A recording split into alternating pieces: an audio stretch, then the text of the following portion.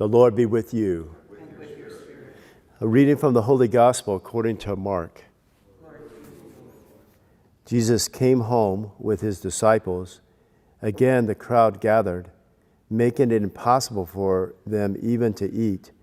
When his relatives heard this, they set out to seize him, for they said, "He is out of his mind." The scribes who had come from Jerusalem said, "He is possessed by Beelzebul, and by the prince of demons he drives out demons." Summoning them, he began to speak to them in a parable. How can Satan drive out Satan? If a kingdom is divided against itself, the kingdom cannot stand. And if a house is divided against itself, the house will not be able to stand. And if Satan has risen up against him and is divided, he cannot stand.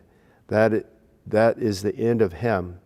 But no one can enter a strong man's house to plunder his property unless he first ties up the strong man. Then he can plunder the house. Amen, I say to you, all sins and all blasphemy that people utter will be forgiven them. But whoever blasphemes against the Holy Spirit will never have forgiveness, but is guilty of everlasting sin. For they have said, he has an unclean spirit. His mother and his brothers arrived, standing outside. They sent word to him and called him. A crowd seated around him told him, "Your mother and your brothers and your sisters are outside asking for you." But he said to them in reply, "Who are my mother and my brothers?" And looking around at those seated in the circle, he said, "Here is my mother and my brothers. For whoever does the will of God is my brother and my sister and mother." The gospel of the Lord. Praise to you, Lord Jesus Christ. So today's readings, in our first reading, we had the Adam and Eve. They had the kingdom of life. They had the kingdom with God, but they chose through their actions to choose a kingdom of death. And this has been it has been the history of the beginning of mankind, that we have this choice between these two kingdoms. So Satan, the great seducer, would draw our first parents away from God by them choosing the kingdom of death.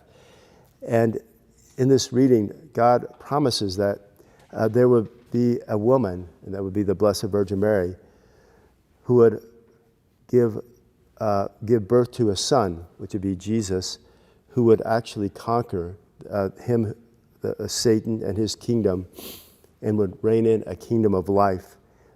And so this is the good news. This is the beginning of the gospel, is that we would have a kingdom of life that would come when Jesus came into the world. And so in the gospel, we have the Blessed Virgin Mary, who is our model, who chose, unlike Eve, to do God's will. And so St. Paul teaches us in our second reading not to be deceived by this world that is passing away, which is the seduction of the devil. As Christians, we can get caught up in the latest fashions, the latest fads, and this world, this world is not it. People who put their hope in this world end up despairing because the world, as we know, is not lasting. As St. Paul teaches us in our second reading, it can only lead to like a nihilistic mentality that this is it, that in this world that we live in, things come in existence and things pass away out of existence, and that's just how the world is. So those who do not seek God, seek things of the world, and that again it ends up leading to death. And this is the kingdom of death. And so this is where most people are today. I think it's sad to say that even some Christians are not really living their faith. They're really choosing this world instead of God's kingdom. And this is why the resurrection of Jesus is so important, because it's true and that he really did rise from there. And he opened up a new reality, a reality that is not just of this world, but it transcends this world, as St. Paul teaches us today. And it is something greater than this world that is not passing. It's eternal and lasting. And so we need to keep our eyes focused on this world, on that world, the world of God's kingdom that's eternal and lasting. And so how do we do this? Again, the Blessed Virgin Mary is our motto. She does the will of God. She chooses to seek God in all things through daily prayer, which is, I think, the key to focusing on God, is that make sure we have plenty of daily prayer. She spending her time serving Joseph and her son and those that God would put in her influence, like the apostles and anyone else in need, as God would do in our lives as well. And so we need to do the same. We need to have that daily prayer, keep focused on the Lord, and serve those that God puts in our paths.